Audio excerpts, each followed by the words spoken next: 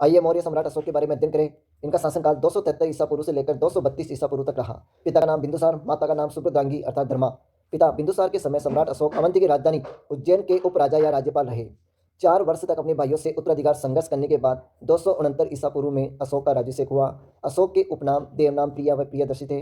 रानियों के नाम वेदिस्मा देवी, जिससे पुत्र महेंद्र व पुत्री संमित्रा का जन्म हुआ, जिन्हें अशोक ने बौद्ध धर्म का प्रचार करने के लिए श्रीलंका भेजा। कारुवकी, जिससे पुत्र तिविर का जन्म हुआ, और कारुवकी सम्राट अशोक की एकमात्र महारानी थी, जिसका उल्लेख उसके अभिलेखों में भी मिलता है, कौशाम्बी अभिलेख। और कौशाम्बी अभिलेख को इसलिए रानी का अभिलेख भी कहते हैं। और एक रानी तिस्य रक्षिता थी। अशोक के राज्याभिषेक के 8वें वर्ष बाद 261 ईसा पूर्व में कलिंग युद्ध हुआ, और कलिंग युद्ध के समय संभवतः राजा नंदराज था। इस युद्ध में 1 लाख लोग मारे गए और लगभग 1.5 लाख लोगों को बंदी बनाया गया। कलिंग युद्ध व उसके परिणामों का उल्लेख अशोक के 13वें शिलालेख में मिलता है। इस युद्ध के बाद अशोक ने बौद्ध धर्म स्वीकार कर लिया, और दीपवंश महावंश नामक ग्रंथों के अनुसार निग्रोध नामक भिक्षु ने व दिव्यवदान ग्रंथ के अनुसार उपगुप्त नामक बौद्ध भिक्षु ने अशोक को बौद्ध धर्म में दीक्षित किया।